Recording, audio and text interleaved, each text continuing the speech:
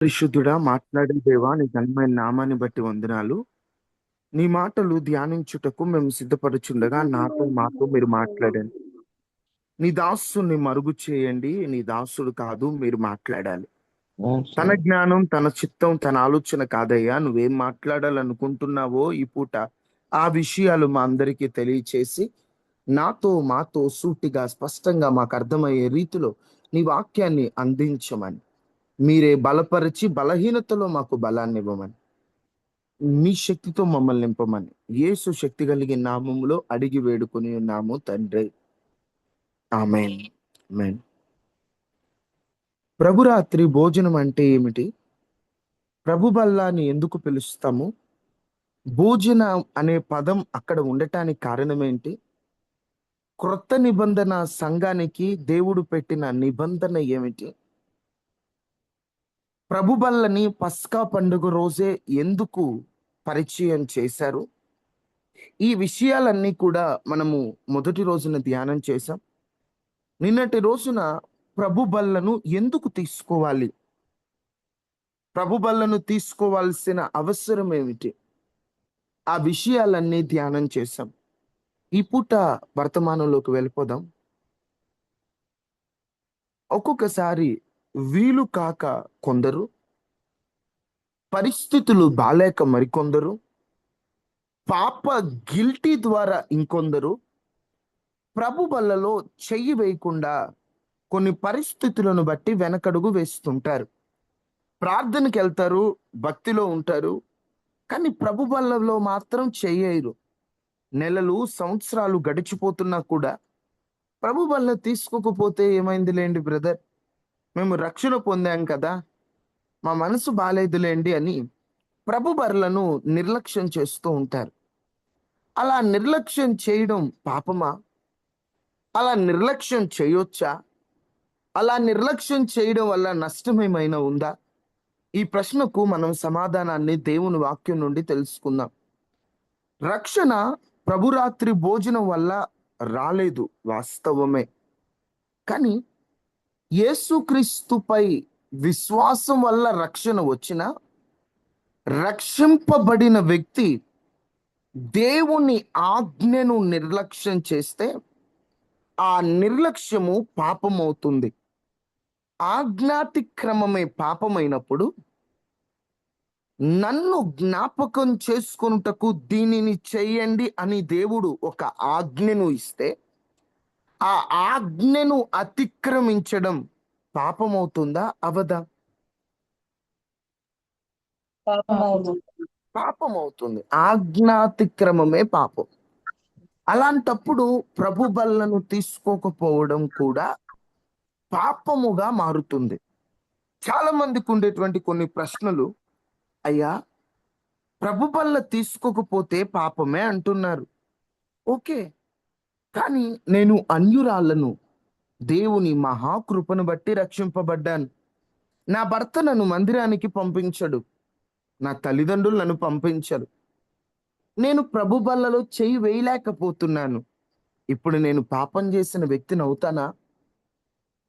నాకు అవకాశం లేదు కదయ్యా అని ప్రశ్న కూడా ఉంటుంది. అమ్మా, అస్సలు అవకాశం లేకుండా ప్రభు బల్ల తీసుకోవాలనే ఆశ నీ లోపలున్నా, సిద్ధపాటులో నీవున్నా, ప్రభు బల్ల తీసుకోవటానికి నీకు అవకాశం లేకపోతే దానిని దేవుడు పాపముగా పరిగణించడు. అలా ఎలా చెప్తామయ్యా అంటే, దేవుడు కఠినుడు కాదు, దేవుడు మూర్ఖుడు కాదు. నీవు రక్షణ పొందావు, నీకు అవకాశం లేదు, నీ ప్రయత్నం నువ్వు చేసావు, కానీ నీ ప్రయత్నం చేసిన విఫలమైపోయావు. అలాంటప్పుడు పరిశుద్ధాత్మ ద్వారా నీకు బలాన్ని ఇస్తాడు.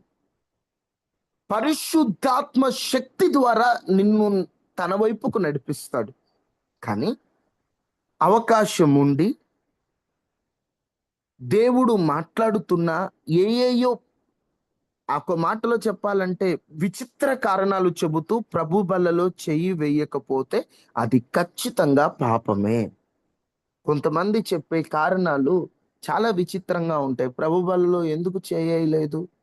అయ్యా, నేను మొన్న మా తోడికోడలతో గొడవ పెట్టుకున్నానయ్యా, అందుకే ఆ గిల్టీతో నేను ప్రభు బలలో చెయ్యి వేయలేదయ్యా. ఓకే మా, మంచిదే.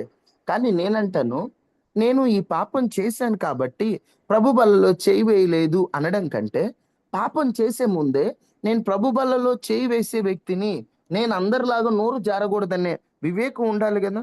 అప్పుడు లేదు వివేకం, ఇప్పుడు ప్రభు బలలో చేయి వేసేటప్పుడు వచ్చేసిందా?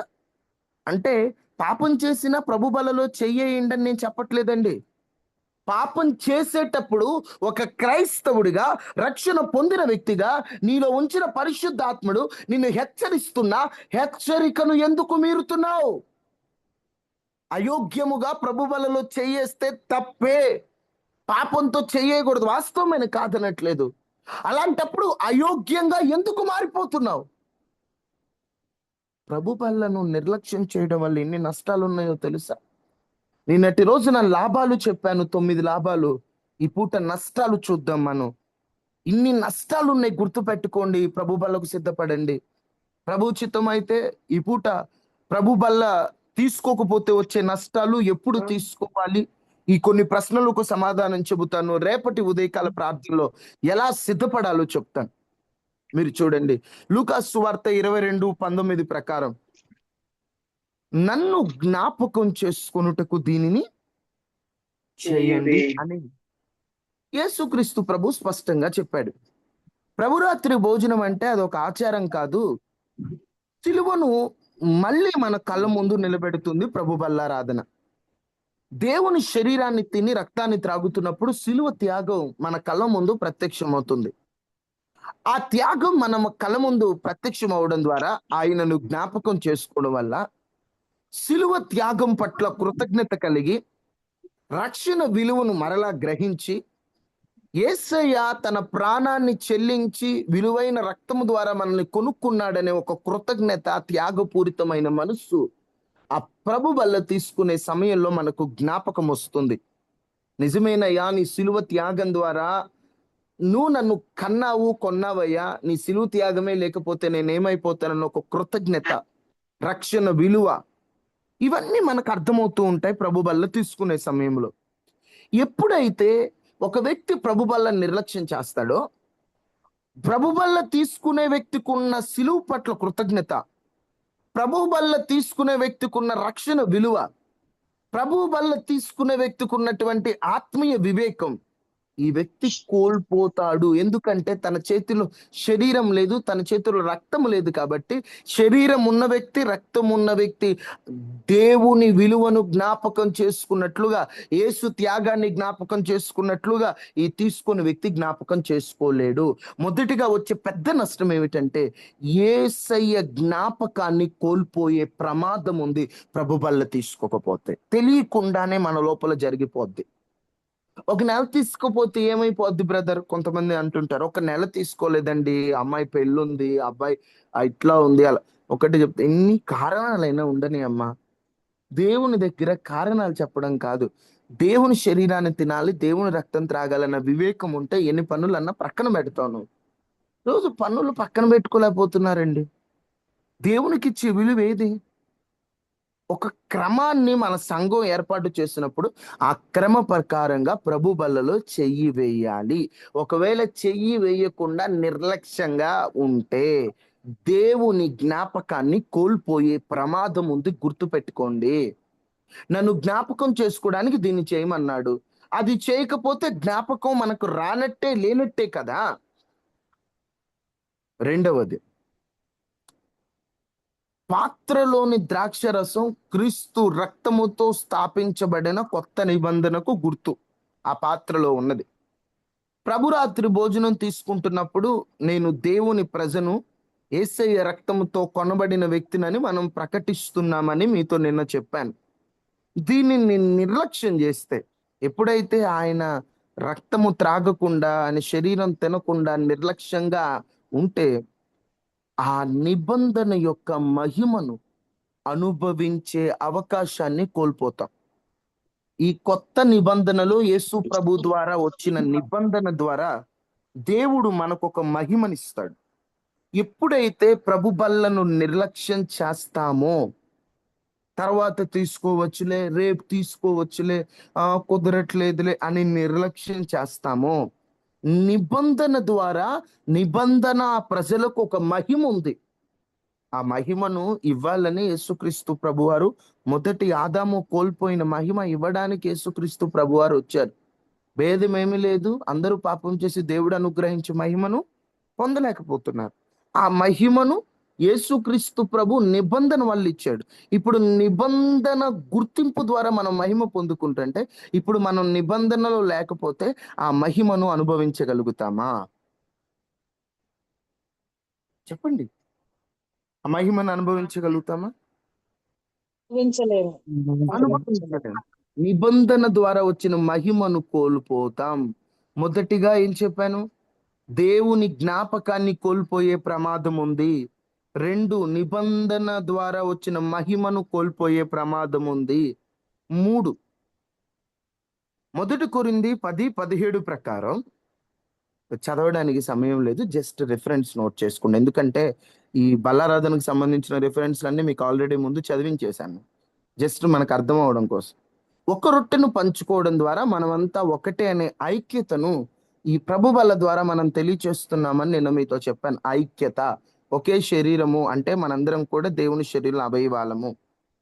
ఇప్పుడు ఎప్పుడైతే ఈ ప్రభు బలను నిర్లక్ష్యం చేస్తామో, సంఘ విశ్వాసులతో ఉన్న సంబంధం, సహవాస బలం తెలియకుండానే కోల్పోతాం. దీని ద్వారా ఆత్మీయ సహవాసం కోల్పోతే, ఇప్పుడు ఒక పొయ్యి మంట బాగా మండుతా ఉందండి, 4-5 కట్టెలు పెట్టాం. ఒక కట్టె పొయ్యిలో నుండి పక్కన పెట్టామనుకోండి, అది మండుతా? అది మండాలంటే ఏం చేయాలి? తన తోటి మండే కర్రలతో అది కూడా కలవాలి, అప్పుడు అన్నీ కలిపి మండుతాయి.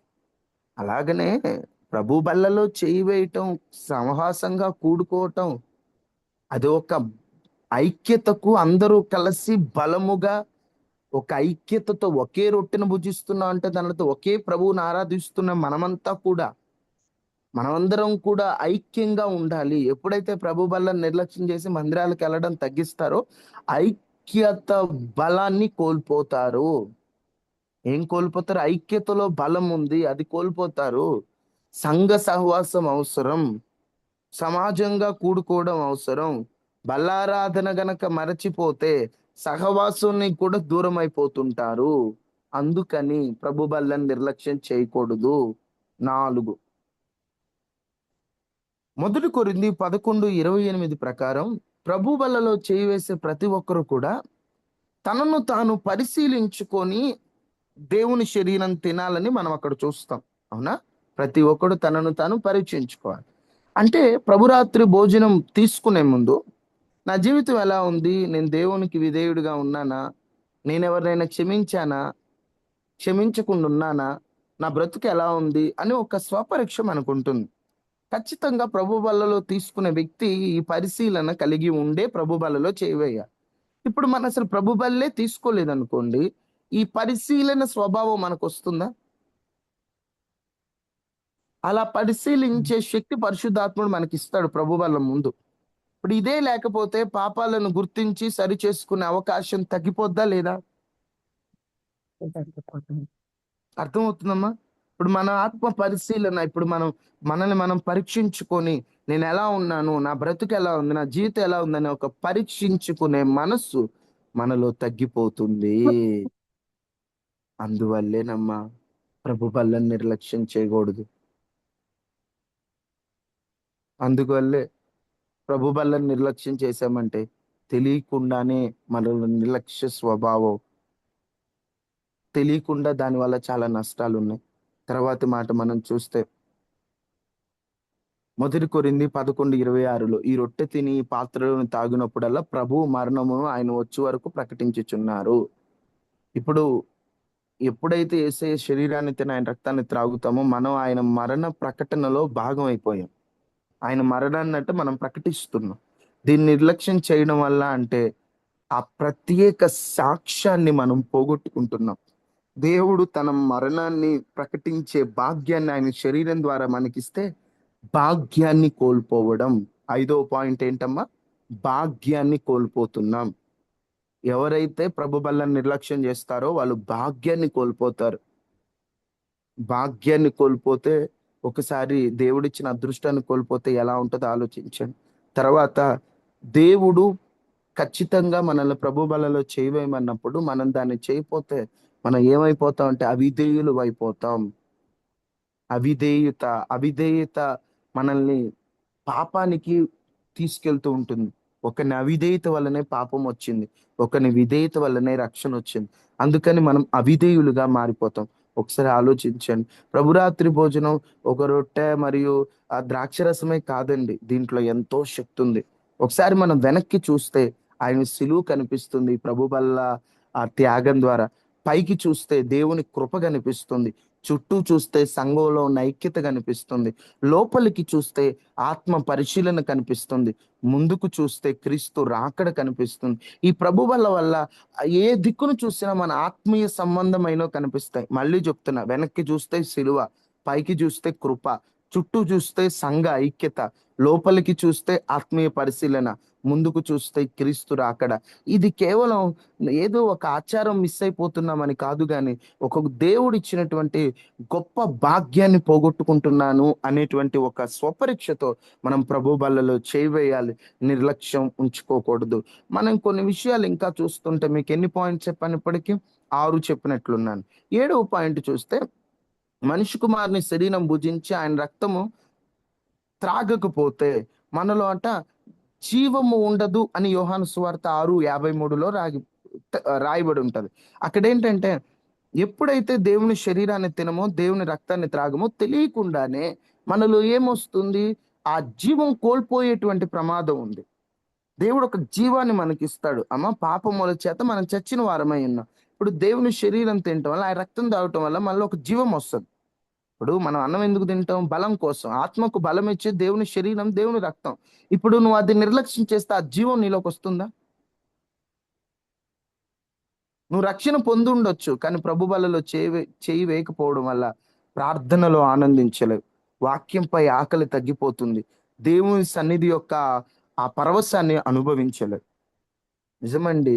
బల్లారాధన నిర్లక్ష్యం చేస్తే తెలియకుండా లోపల ఆత్మ బలహీనం అయిపోద్ది. అందుకని బల్లారాధన నిర్లక్ష్యం చేయకూడదు. 7వ పాయింట్ గుర్తుపెట్టుకోండి, జీవాన్ని కోల్పోతాం. జీవాన్ని కోల్పోతాం. ఇంకా మనం యోహాను సువార్తలో గమనిస్తే, ప్రభు బలలో చేయవేయటం వల్ల మనలో దేవుడు, దేవునిలో మనం కలిసి ఉంటామట. ఇప్పుడు ప్రభు వల్ల చేయి వేయకపోతే దేవునికి మనకున్న సహవాసం ఏమవుతుంది? తగ్గిపోతుంది. తగ్గిపోతుంది. దీన్ని నిర్లక్ష్యం చేస్తూ ఉంటే దేవునితో ఉన్న బంధం తగ్గిపోద్ది. తర్వాత 8 గుర్తుపెట్టుకోండి, త్వరగా చెప్తున్నాను. ఎవరైతే ప్రభు బలను నిర్లక్ష్యం చేస్తారో వాళ్ళలో ఆత్మీయ ఆకలి కూడా చనిపోద్ది. ప్రార్థన మీద ఆసక్తి, వాక్యం మీద ఆసక్తి, సంఘ సహవాసం మీద ఆసక్తి, ప్రేయర్లు అంటే ఆసక్తి, ఇవన్నీ తగ్గిపోద్దండి. శరీరం అనారోగ్యం అయితే ఎంత నిర్లక్ష్యంగా, ఎంత బద్ధకంగా ఉంటుందో ఆత్మ అంత నిర్లక్ష్యంగా అయిపోద్ది. అందుకని దీన్ని తీసుకోపోవడం వల్ల ఎన్ని కోల్పోతున్నాం ఆలోచించండి. సిలువ జ్ఞాపకాన్ని కోల్పోతున్నాం, కృతజ్ఞతను కోల్పోతున్నాం, ఆత్మీయ పరిశీలన కోల్పోతున్నాం, సంఘ ఐక్యతను కోల్పోతున్నాం, ఏసీతో సహవాసాన్ని కోల్పోతున్నాం, ఆత్మీయంగా ఆనందించేటువంటి ఆనందాన్ని కోల్పోతున్నాం.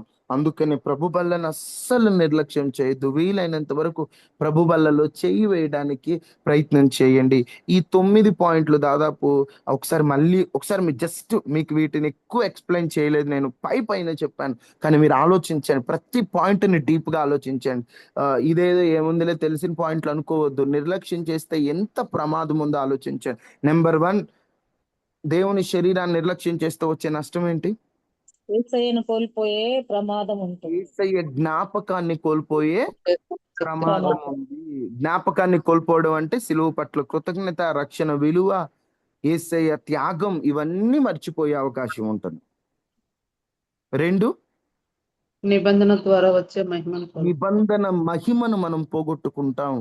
ఏ వ్యక్తి అయితే ప్రభు బల నిర్లక్ష్యం చేస్తా, నిబంధన ద్వారా ఒక మహిమ వస్తుంది, ఆ మహిమను పోగొట్టుకుంటాం. 3, ఐక్యతలో బలహీనలు అవుతాం. మండే కట్టె పక్కకు వస్తే ఎలా ఆరిపోతుందో, ప్రభు బల్ల నిర్లక్ష్యం చేస్తే మన మంట ఆగిపోతుంది.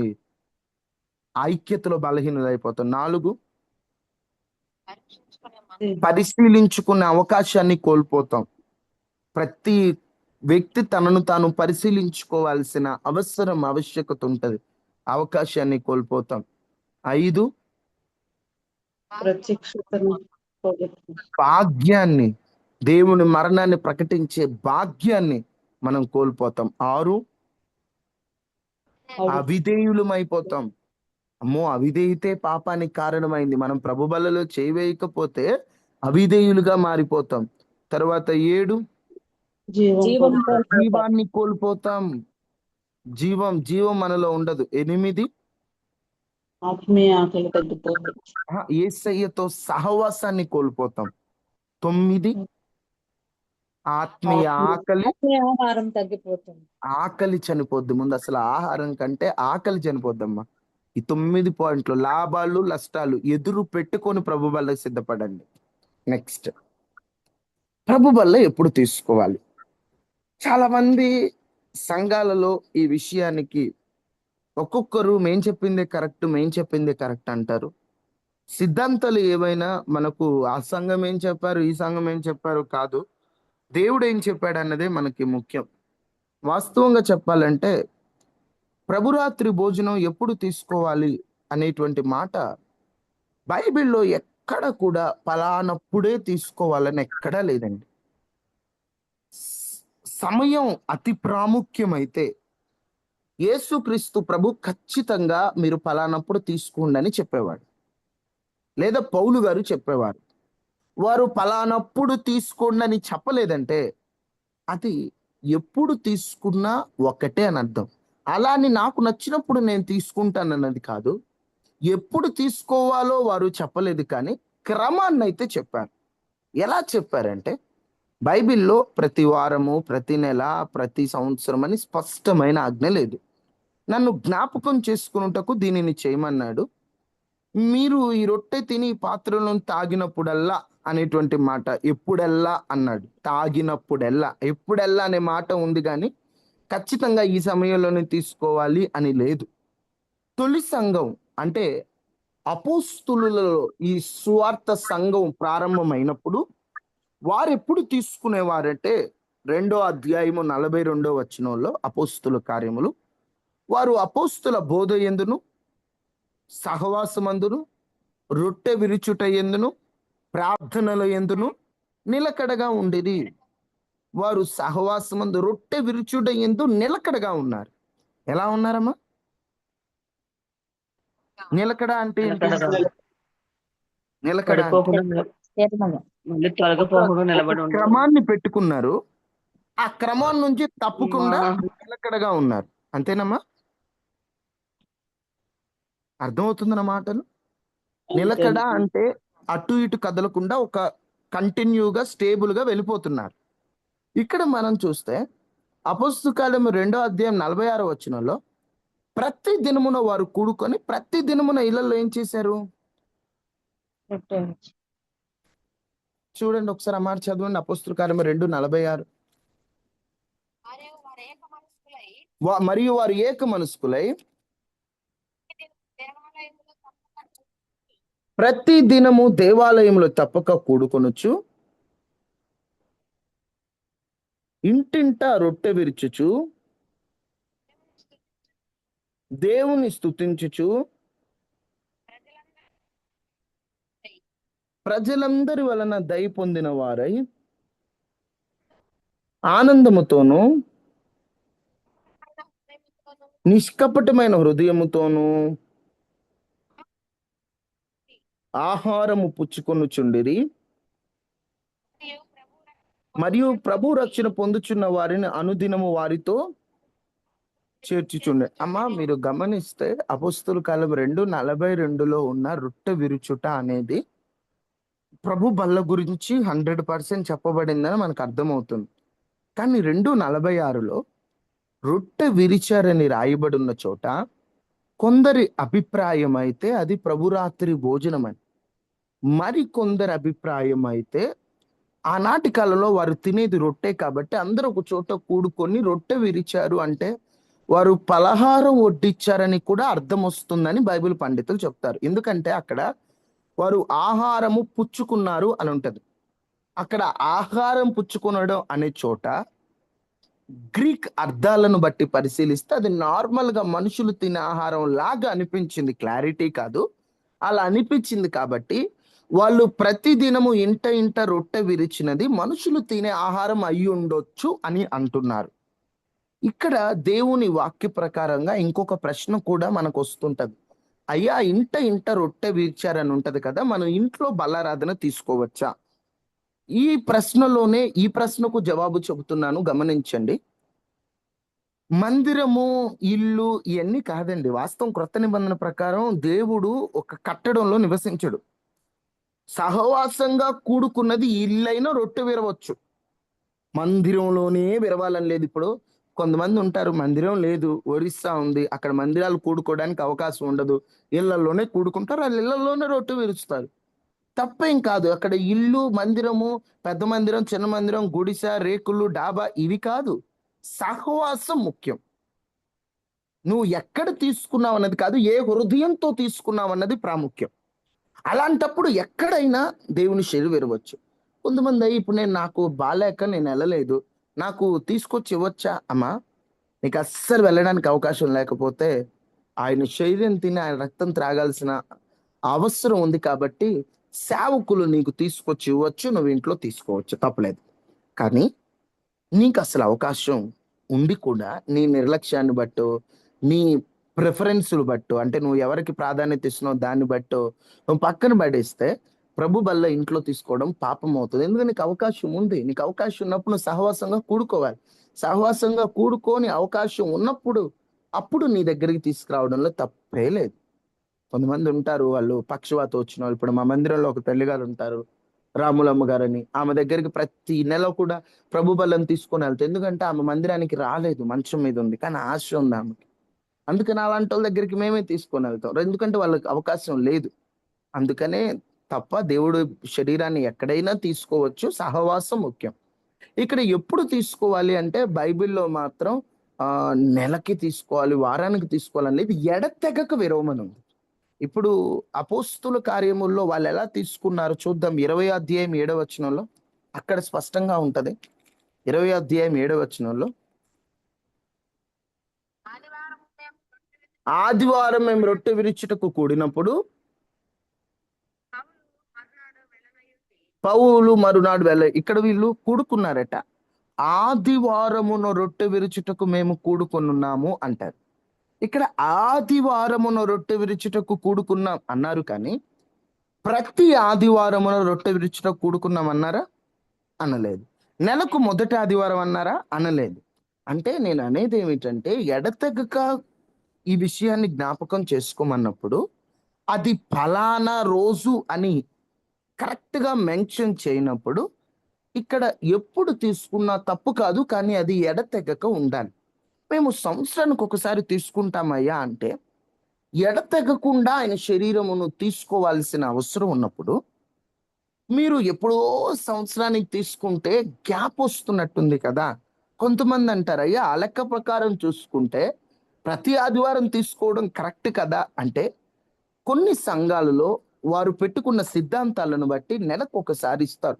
నెల అంటే పెద్ద గ్యాప్ రాదు. వాళ్ళేమంటారంటే, అయ్యా మేము ప్రతి వారం విరుస్తుంటే దాని విలువ అర్థం కాదయ్యా, మేము అందుకే నెలకు ఒక వారం ప్రత్యేకంగా దేవుని శరీరం గురించి ధ్యానం చేసి ఎక్కువసేపు ఆయన ధ్యానం చేసి మేము శరీరాన్ని ఇస్తాం, రక్తాన్ని త్రాగుతాం, నెలంతే మాకు అది ఎడతెగకు మేము ప్రతి నెల కూడుకుంటాం అంటారు. మనకు వాక్యంలో ప్రతి ఆదివారం అనే మాట లేదు కాబట్టి అలా కూడుకునే వారిని మనం తప్పనలేం. వారు ప్రతి నెల మొదటి వారం కూడుకుంటారు. మరి కొంతమంది అయ్యా వాళ్ళు వారమున ఆదివారం రొట్టె విరిచారు కాబట్టి ప్రతి వారమే కరెక్ట్ అయ్యా, ప్రతి వారం కరెక్ట్ అంటే, ఇంకొంతమంది అంటారు కూడుకున్నప్పుడల్లా విరిచారని ఉంటది కదా, అప్పుడు మీరు బుధవారాలు, శనివారాలు, గురువారాలు కూడుకున్నప్పుడు కూడా, అంటే మీరు ఏ ప్రేయర్ కూడుకున్నా కూడా ప్రభు బల్ల ఇవ్వాలి అంటారు. దీనిలో డినామినేషన్లు, సంఘాలు బాగా పోటీపడి మాదే కరెక్ట్ అని వాదించుకుంటున్న వేళ మీకు చెప్పేది ఏమిటంటే, నెలలో మొదటి వారమైనా తప్పు కాదు, ప్రతి ఆదివారం తప్పు కాదు, సహవాసంగా కూడుకొని ఏ హృదయంతో తీసుకున్నామన్నదే ముఖ్యం. ఇక్కడ ఇక్కడ రోజు అతి ప్రాముఖ్యత కాదు, కానీ ఎడతెగకుండా ఒక క్రమ ప్రకారంగా తీసుకోవాలి.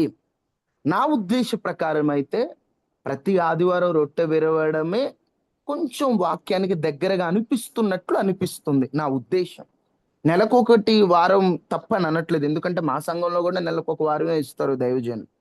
కానీ వారం వారంలో కూడుకున్నప్పుడల్లా సహవాసంగా ఆదివారం రొట్టె విరవడం మంచిది. కానీ నెలకొకటి తప్పు అనట్లేదు, వారందే కరెక్ట్ అనట్లేదు. అలా చేసిన తప్పు కాదు, ఇలా చేసిన తప్పు కాదు. అదేంటయ్యా ప్రశ్న అడిగితే అది కరెక్ట్ ఇది కరెక్ట్ అంటావు ఎందుకు అంటే, వాక్యములో స్పష్టదనం దేవుడు కొన్నిటికి ఇవ్వాల. ఎందుకు ఇవ్వలేదయ్యా అంటే, దేవుడు దాన్ని ఎక్కువ ఆర్గ్యుమెంట్ చేయాలనుకోలేదండి. దేవుడు కొన్నిటికి ఎక్కువ సమాధానం ఎందుకు చెప్పలేదంటే, నువ్వు ఏది చేసినా కరెక్టే అన్న ఉద్దేశం. అలా నువ్వు ఏది చేసినా అంటే, నేను 2 సంవత్సరాలు తీసుకుంటానంటే అది కుదరదు. ఎడతెగక సంఘ క్రమాన్ని నిలకడగా నువ్వు చెయ్యాలి.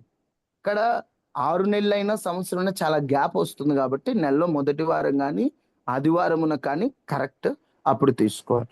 ప్రభు రాత్రి భోజనం అంటే రాత్రే తీసుకోవాలా? మీకు మొన్న చెప్పాను సమాధానం.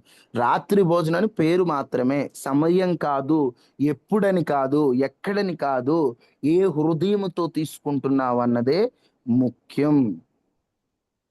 ముఖ్యం ఎందుకంటే ఇక్కడ రొట్టె విరిచడం అన్న ప్రతి చోట ప్రభు బల్లే అని అనలేము. ఎందుకంటే ఇప్పుడు అపోస్తుల కార్యములు 27:35లో పౌలు గారు ఓడ ప్రయాణం చేస్తున్న సమయంలో, ఒకసారి చూడండి ఆ మాట కూడా, 27:35లో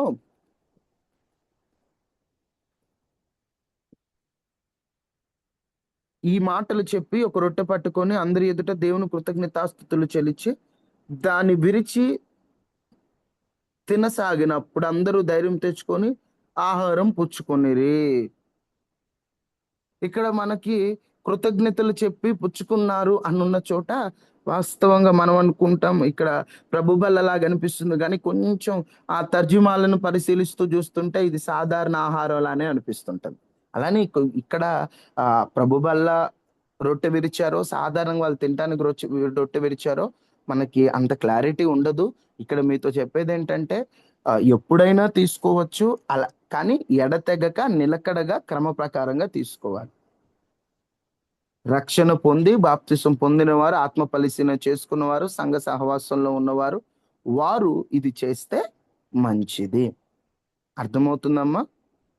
ప్రభు బల్ల ఇంట్లో తీసుకోవచ్చా అంటే ఇక్కడ సహవాసం ముఖ్యం. వారు ఇంటేంటారు రొట్టె తీసుకున్నారు, అది దేవుని శరీరం కూడా అయి ఉండొచ్చు. తీవ్రమైన అనారోగ్యంతో వృద్ధాప్యంలో ఇప్పుడు జైల్లో ఉన్నారు కొంతమంది, వాళ్ళ సహవాసం కూడుకున్నారు. అలాంటి వాళ్ళకి తీసుకుని వెళ్ళి ఇచ్చొస్తారట సేవకులు కొంతమంది. అలాగనే అలా తీసుకోవచ్చు, కానీ ఒక క్రమ ప్రకారంగా.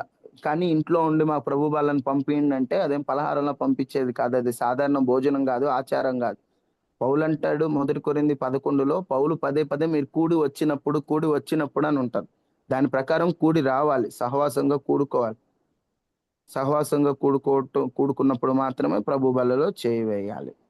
నన్ను అడిగిన కొన్ని ప్రశ్నలకు త్వరగా సమాధానం చెప్తాను. కొన్ని ఆర్సిఎం చర్చిలో చనిపోయిన వారికి గుర్తుగా ప్రభు బల్ల ఇస్తారు, అది తీసుకోవచ్చా? వాస్తవంగా చెప్పాలంటే దాన్ని ప్రభు బల్ల అని పేరు పెట్టకూడదు. ఎందుకు పెట్టకూడదయ్యా అంటే, నన్ను జ్ఞాపకం చేసుకోవడానికి దీన్ని చేయమని యేసు ప్రభు చెప్పాడు. ఆయన మనందరి పాపం నిమిత్తం చనిపోయాడు కాబట్టి ఆయన్ని జ్ఞాపకం చేసుకోవడానికి మనం ప్రభు బల్లలో చేవేయాలి. అంతే తప్ప ఎవరో చనిపోతే వాళ్ళ జ్ఞాపకార్థంగా ఇచ్చినప్పుడు అది దేవుని శరీరం ఎందుకు అవుతుంది? వాళ్ళే మన కోసం చనిపోయారా? వాళ్ళే మన పాపాల కోసం చనిపోయారా?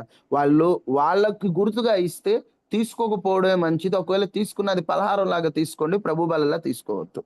ఎందుకంటే మనుషులు చనిపోయిన వాళ్ళకు గుర్తుగా ప్రభు బల్లని ఇవ్వమని ఎక్కడ బైబిల్లో లేదు. యేసు ప్రభుని జ్ఞాపకం చేసుకోవడానికి మాత్రమే ప్రభు బల్లలో చేయాలి. ఎందుకంటే అది యేసే శరీరం, యేసే రక్తం, ఆయన త్యాగము, ఆయన రాకడ వరకు ఇవ్వాలి.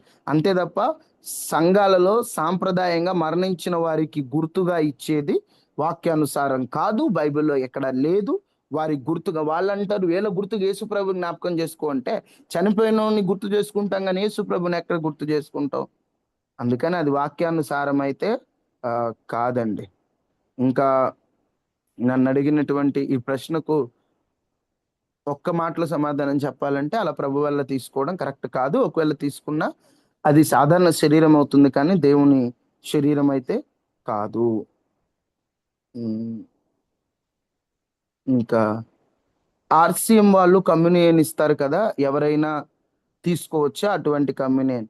అక్కడ వాళ్ళందరికీ ఇస్తారు. వాక్య ప్రకారంగా తనను తాను పరిశీలించుకొని యేసుక్రీస్తు ప్రభు శిలువ త్యాగాన్ని ధ్యానం చేసే వారికే దేవుని శరీరం తిని ఆయన రక్తం త్రాగే భాగ్యం ఉంటది. బైబిల్లో ఎక్కడైనా బాప్తిజం పొందిన వారే రక్షణ పొందాలని ఉందా? అది రక్షణ పొందిన వారే ప్రభు బలలో చేవేయాలని ఉందా అంటే ఖచ్చితంగా ప్రభు బల తీసుకోవాలంటే రక్షణ పొందాలనే మాట లేదు. కానీ ఆ వల్ల తీసుకున్న వ్యక్తి యేసే త్యాగాన్ని అర్థం చేసుకున్న వ్యక్తి అయి ఉండాలి. యేసే త్యాగాన్ని రక్షణ పొందిన వ్యక్తి అర్థం చేసుకోగలడు, ఎందుకంటే తను రక్షణ పొందాడు కాబట్టి. అందుకని రక్షణ లేని వారు ప్రభు వాళ్ళలో చేయకూడదు, రక్షణ పొందిన వారు మాత్రమే తీసుకోవాలి. ఎలా సిద్ధపడాలనే రేపు క్రమంలో ఎలాంటి రొట్టెను తీసుకుంటే అది వాక్యానుసారమో రేపటి రోజున మీతో చెప్పడానికి ప్రయత్నం చేస్తాను.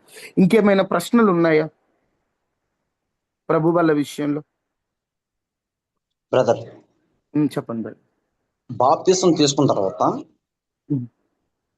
ఆ రొట్టె క్రమం చేయకపోతే తర్వాత దేవుడి సమక్షం వాళ్ళకి ఏమన్నా తీర్పు ఉంటుందా?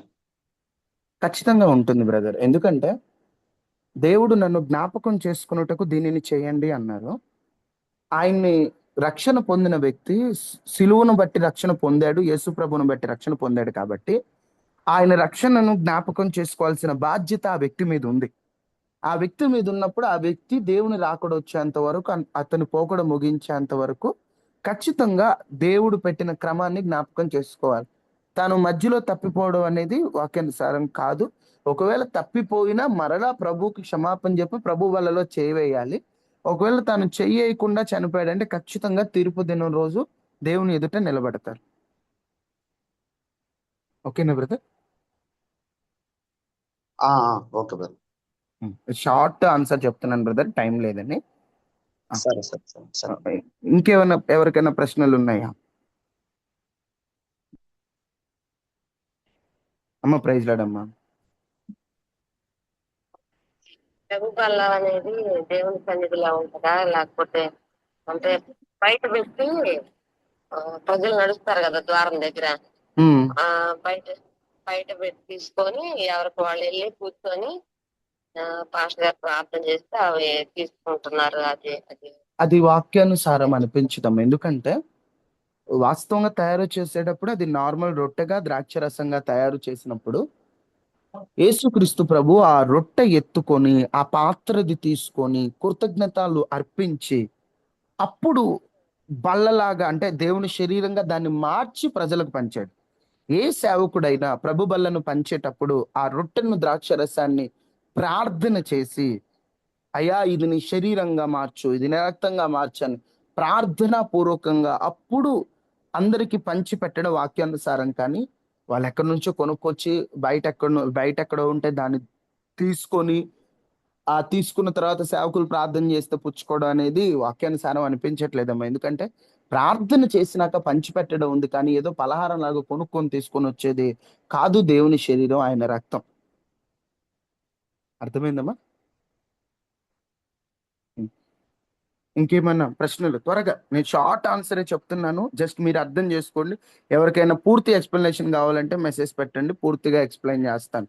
జస్ట్ ఎస్ఆర్ నో మాత్రమే చెప్తున్నాను. ఇంకా ప్రభు బల్ల ఇచ్చేటువంటి ఆ యొక్క రొట్టె ఒక్కొక్కరు ఒక్కొక్క విధంగా ఇస్తారు కదమ్మా. అవునక్క. అంటే కొంచెంమంది రొట్టె ఇస్తారు, కొంచెం మంది ఏమో గోధుమ పిండితో తయారు చేసిందే ఇస్తారు. అలా తర్వాత శరీరానికి ప్రతిరూపమైనటువంటిది ఒక్కొక్కరు ఒక్కొక్క విధంగా ఒక్కొక్క పానీయాన్ని ఇస్తారు కదా. అది ఎంతవరకు వాస్తవమో, అలాగే దాన్ని తయారు చేసే విధానం అంటే ప్రిపరేషన్ కూడా వాళ్ళు ఎవరో చేయాలి, వీళ్ళే చేయాలి, అభిషేకం పొందినటువంటి వాళ్ళే చేయాలి, మిగిలిన వాళ్ళు చేయకూడదు అనేటువంటిది నాకు కొంచెం మంది చెప్పారు. అది ఎంతవరకు కరెక్ట్ అనేది వాస్తవంగా చెప్పాలంటే అక్క, ప్రభు బల్లను తయారు చేసేటప్పుడు ఇలానే చేయాలనే క్రమం అయితే లేదు. కానీ యేసుక్రీస్తు ప్రభువుని గోధుమలకు సాదృశ్యంగా యోహాను సువార్తలో చెప్తారు. గోధుమలు ఎలా అయితే నలగొట్టబడతాయి, యేసుక్రీస్తు ప్రభు అలా నలగొట్టబడ్డాడని ఆయన త్యాగాన్ని గుర్తుగా గోధుమ రొట్టె చేయడం వాక్యానికి దగ్గరగా కనిపిస్తుంది. ఇలానే చేయాలని కాదు, కానీ ఆ గోధుమ రొట్టెతో చేస్తారు. ఆ గోధుమ రొట్టె కూడా యేసుక్రీస్తు ప్రభు వారు ఒకరి త్యాగం వల్లనే ఆయన కాల్చబడ్డాడు, నలగొట్టబడ్డాడు అన్న గుర్తు కాబట్టి ఉప్పు నూనె వేయకుండా నిప్పుల మీద కాల్చినటువంటి గోధుమ రొట్టెనే దేవుని శరీరంగా పంచిస్తుంటారు. అలాంటి క్రమంలో అలాంటి క్రమంలో గోధుమ రొట్టెను నిప్పుల మీద కాల్చి ఇవ్వడం కొంచెం వాక్యానికి దగ్గరగా కనిపిస్తుంది. ఇక కొంతమంది బ్రెడ్ ఇస్తారు, మరి కొంతమంది వేరేలా చేస్తారు. వాస్తవంగా పస్కా వారు భుజించేటప్పుడు పులిసింది తినకూడదు, పులి అనేది మాత్రమే తినాలి. అలాగన ఇప్పుడు బ్రెడ్ పులిసింది కాబట్టి బ్రెడ్ తినడం అంత కరెక్ట్ కాదేమోనని నాకు అనిపిస్తుంది. బట్ కొంతమంది సేవకులు అలాగనే ఇస్తారు. నా అభిప్రాయం ప్రకారం గోధుమ రొట్టె చేయడమే కరెక్ట్. అది అభిషేకింపబడిన వారే చేయాలంటే, వాస్తవంగా చెప్పాలంటే ఎవరు చేసినా ఏం కాదు. అది దేవుని శరీరంగా, దేవుని రక్తంగా సేవకుడు ఎత్తిబట్టి ప్రార్థించినప్పుడే మారుతుంది. అప్పటి వరకు అది సాధారణ రొట్టె, సాధారణ ద్రాక్షరసమే. ఆయన ఎత్తి పట్టే ముందు ఎవరు చేస్తే ఏముంది, ఆయన ప్రార్థన చేసినాక అది ఆయన శరీరంగా మారుతుంది కదా. ఇక్కడ చేతులది ఏమీ లేదు, ఎవరైనా చేయొచ్చు. సేవకులు చెప్పిన వాళ్ళు ఎవరైనా చేయొచ్చు, కానీ ఇచ్చేవాడు సేవకుడై ఉండాలి. ఎందుకంటే నడిపించే నాయకుడు దాని త్యాగాన్ని తెలియజేసే వ్యక్తి ఇస్తే మంచిది, కానీ చేసేవాళ్ళు ఎవరైనా చేయొచ్చు. ఎందుకంటే చేసే దాంట్లో ఏముండదు. తర్వాత ఎత్తిపట్టి ప్రార్థన చేస్తారు. ఇప్పుడు కొంతమంది సేవకులు బయట తెచ్చి పంచిచ్చినట్టు కూడా నేను చూస్తాను. ఇప్పుడు హోటల్ వాళ్ళు మీరు రక్షణ పొందారా, మీరు అభిషేకం పొందారని మనం అడగలేం. కాబట్టి చేయడంలో ఎవరైనా చేయొచ్చు, కానీ ఇచ్చేటప్పుడు ఆయన ప్రార్థన చేసి ఇస్తాడు కాబట్టి ఆ తర్వాత అది దేవుని శరీరంగా, ఆయన రక్తంగా మారుతుంది. నాకు తెలిసినంత వరకు గోధుమ రొట్టెదే కొంచెం దగ్గరగా ఉంటుంది, ఎవరైనా చేయొచ్చు. అర్థమైందక్క? ఇంకొక ప్రశ్న అడగండి అమ్మా, ఇంకా క్లోజింగ్ ప్రేయర్ చేసుకుందాం. తమ్ముడు, అక్క. అది స్నానం చేసే కానీ మనం మొదటి పైకి నీళ్ళు వేసుకొని కొంతమంది సంస్కారాలు తీసుకుంటారు. అలా కాకుండా తల స్నానం చేసిన తీసుకుంటారు. కొంతమంది మా చర్చిలో ఏంటంటే మళ్ళీ పైకి నీళ్ళు వస్తుంది కానీ తీసుకోకూడదు అంటారు. అది మన హృదయం శుద్ధిగా ఉండాలా లేకపోతే మన శరీరం కూడా శుద్ధిగా ఉండాలి? నాకు అది డౌట్ ఉండిపోయింది. మెయిన్ అక్క, దేవుని వాక్య ప్రకారంగా మన ఆత్మ శుద్ధిగా ఉంటే అతి ప్రాముఖ్యం. శరీరానికి సెకండరీ. అంటే ఖచ్చితంగా తలస్నానమే చేయాలి, ఖచ్చితంగా తెల్లబట్టలు వేసుకోవాలి అనేది బైబిల్లో లేదు. తెల్లబట్టలు వేసుకోవడం మంచిదే, ఎందుకంటే మేమందరం కూడా వెలుగు సంబంధులము, మా పాపం అంతా శుద్ధి అయిపోయిందని గుర్తుగా వేసుకుంటారు. చాలా మంచిది ఆ తెల్లబట్టలు వేసుకోవడం. తలస్నానం చేయడం అంటే నా తలకు పట్టిన ప్రతి మురికిని వదిలించుకున్నానని గుర్తుగా తలస్నానం చేస్తారు, ఇంకా మంచిదే. కానీ తలస్నానము లేకపోతే ఈ స్నానము వీటికంటే లోపల ఆత్మ శుద్ధిగా ఉందా? ఒక కైనీలు వేసుకునే వ్యక్తి, ఒక మందు తాగే వ్యక్తి, ఒక సిగరెట్లు తాగే వ్యక్తి తన దేహమును చెరుపుకుంటూ ఆత్మను పాడు చేసుకునే వ్యక్తి ప్రభు బల్లలో శుద్ధీకరణ లేకుండా చెయ్యి వేయడం 100% తప్పు. ఎందుకంటే ఇలాంటి దురలవాట్లను వాక్యం ఖండించింది కాబట్టి కైనీలు వేసుకునే వాళ్ళు, సిగరెట్లు తాగేవాళ్ళు, మందు తాగేవాళ్ళు బల్లారాధనలో చెయ్యి వేయకూడదు. చెయ్యి వేయడం తప్పు. వీళ్ళు రక్షణ పొందారంటే పాపాన్ని విడిచిపెట్టాలి, ఇంకా వాళ్ళు పాపాన్ని విడిచిపెట్టాల, వాళ్ళు అది వదిలిపెట్టి ప్రభు బలలో చేయవేయాలి. ఒకవేళ వాళ్ళు కనుక అదే అలవాటు కలిగి ఉంటే వాళ్ళని ఒప్పించే ప్రయత్నం చేయండి, వారి కొరకు బలంగా ప్రార్థన చేయండి. కొంతమంది ఈ మాట చెప్తే, అయ్యా కైనీళ్ళు తింటూ సిగరెట్లు తాగుతూ మందు తాగేవాడు ప్రభల్లో చేయకూడదంటే, అవునా అయితే నేను ప్రభు బల్లలే మానేస్తానంటాడు, కానీ సిగరెట్లు కైనీళ్ళు మాత్రం మానడు. వాళ్ళకి చెప్పాల్సింది ఏంటంటే, బాబు నువ్వు రక్షణ పొందావయ్యా, నువ్వు పాపాన్ని విడిచిపెట్టాలి, ఇంకా పాపాన్ని మూట కట్టుకోవద్దని వాళ్ళ కొరకు బలమైన ప్రార్థన కావాలి. ఒక వ్యక్తి రక్షింపబడిన తరువాత పాపాలకు, దురలవాట్లకు అవకాశం ఇస్తే వెళ్ళిపోయిన ఒక్క దురాత్మ, బాప్తిస్మ అప్పుడు వెళ్ళిపోయిన దురాత్మ వీడు మళ్ళీ పాపం చేశాడని 7 తీసుకొచ్చింది అతనిలో. ఇప్పుడు 7 దెయ్యాలు ఉంటాయి. వాడికి భ్రష్టత్వం ఉంటది. అతనికి ఇంకా చెప్పాలంటే అపవాది టెస్ట్ వేసుకొని కూర్చుంటాడు, ఒక్కడు కాదు సమూహం ఉంటాడు. వారి కొరకు బలంగా ప్రార్థన చేయాలి, వారిని ప్రేమతో మార్చుకోవాలి. కానీ ఒకటి, ఎవరైతే బాప్తిసం తీసుకొని పాపం చేసి బలలో చేవేస్తారో వాళ్ళు భ్రష్టత్వంలోకి వెళ్ళిపోతూ ఉంటారు. అలాంటి వాళ్ళు శుద్ధీకరించుకోవాలి. ఎలాంటి భ్రష్టునైనా దేవుడు క్షమిస్తాడు, మార్చే అవకాశాన్ని ఇస్తాడు. కాబట్టి వాళ్ళ అవకాశాన్ని వాడుకుంటే మంచిది. అర్థమైందక్క?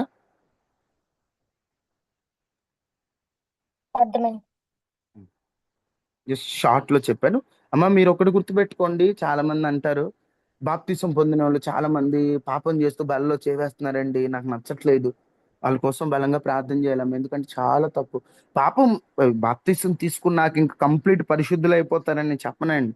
పాపంలో పడిపోతే అందుకే మనల్ని మనం పరిశీలించుకొని ఆయన శరీరం తింటాం బాగుంటుంది. కానీ దానికంటే ఒక లిమిట్ ఉంటుందండి. ఆ లిమిట్ దాటి వ్యభిచారాలు చేయడం, అక్రమ సంబంధాలు పెట్టుకోవటం, వచ్చి మళ్ళీ ప్రభల్లో చేయటం చాలా తప్పు. అలాంటి వాళ్ళ కోసం మీరు ప్రభు వల్ల శుద్ధీకరణ రోజు వాళ్ళ కోసం కూడా ప్రార్థన చేయండి. ప్రభా అలాంటి వాళ్ళు బట్టి నీ నామానికి అవమానం. ఎందుకంటే కొన్ని చోట్ల ఎక్కడ బట్టి నీదే, ఆ బాప్తిసం తీసుకుంది చూడు ఎలా బూతులు మాట్లాడుతుందో, ఆ బాప్తిసం తీసుకుంది చూడు ఎట్లా తయారైందో, ఆ బాప్తిసం తీసుకుంది ఇవే అండి ఎక్కడికి పోయినా అలా తయారైపోతున్నారు కొంతమంది క్రైస్తవులు. వాళ్ళ కోసం మనం ప్రార్థన చేయాలి. దేవుడు ఇచ్చిన రక్షణ విలువను వాళ్ళు పోగొట్టుకుంటున్నారు. అందుకని మనం అలాంటి వాళ్ళ కోసం ప్రార్థన చేయాల్సిన బాధ్యత మనకుంది. వాళ్ళని అవమానపరచాలని నా ఉద్దేశం కాదు. వాళ్ళకి రక్షణ వచ్చింది కానీ మరలా అపవాదికి అవకాశం ఇచ్చారు, వాడు తెస్టేసుకున్నాడు, వాడు బయటికి పోవాలి, దేవుడు వారిలో ఉంటాడు, పరిశుద్ధాత్ముడు వారిలో ఉంటాడనే ఒక ఆశ తప్ప ఇంకొకటి లేదు. ప్రార్థన చేసుకుందాం, మిగతావి రేపటి రోజున ధ్యానం చేద్దాం. మహాపరిశుద్ధుర మహోన్నతుర దయగలిగిన దేవ కృపా సత్య సంపన్నుడా, అయ్యా నీ శరీరం తిని రక్తం త్రాగడం మాకు దొరికిన భాగ్యం. ఈరోజు మేము ఆ భాగ్యాన్ని ప్రక్కన పెడుతుంటున్నాం అయ్యా, తెలియక మమ్మల్ని క్షమించండి. వెతబడిన వాక్యాన్ని నీరు కట్టి ఫలింపు చేయండి, వాక్యాన్ని తగ్గట్లు బ్రతుకుట మాకు నేర్పించండి. నీ బిడ్డలకు మీరు తోడుగా ఉండే దేవుడు, నీ బిడ్డలకు ఆధారం మీరు, ఆశ్రయం మీరు. అయ్యా మీరు మాకు తోడుగా ఉంటే తప్ప, మీరు మాకు ఆశ్రయం అయితే తప్ప, మీరు మాకు ఆధారం అయితే తప్ప మాకు వేరొక ఆధారం లేదయ్యా. మీరు మాకు ఆశ్రయ దుర్గమై మమ్మల్ని నడిపించండి. ఈరోజు విత్తబడిన వాక్యానికి తగ్గ జీవితాలు ఇవ్వండి. అనారోగ్యంతో ఉన్న వారికి ఆరోగ్యాన్ని ఇవ్వండి, మానసికంగా కృంగిపోయిన వారికి ధైర్యం ఇవ్వండి, కృంగిపోయిన వారికి ఓదార్పునివ్వండి, సమస్యలు ఉన్న వారికి పరిష్కారం ఇవ్వండి. నీ బిడ్డల పక్షాన్ని మీరు నిలిచి అద్భుతం చేయమని, కన్నీరు తొడవండి, ఇబ్బందులు తొలగించండి, సమస్యలు తీర్చమని, ప్రతి ఒక్క ఇంటి చుట్టూ కంచి వేసి వైరస్లు, ప్రమాదాలు, ఎండ తీవ్రత నుంచి క్షేమాన్ని ఇవ్వమని, నీ బిడ్డల పక్షాన్ని మీరుండి గొప్ప కార్యం చేయమని యేసు శక్తి కలిగిన నామంలో అడిగి వేడుకుని ఉన్నాము తండ్రి, ఆమేన్.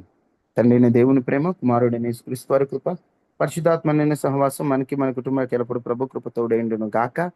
ఆమేన్, ఆమేన్, ఆమేన్. అమ్మా వందనాలమ్మా. ఎవరికైతే జవాబు తృప్తిగా అనిపించిపోయిన బ్రదర్ ఇంకా నాకు ఎక్స్ప్లెనేషన్ కావాలనుకున్న మెసేజ్ పెట్టండి. వాక్యం విషయంలో అస్సలు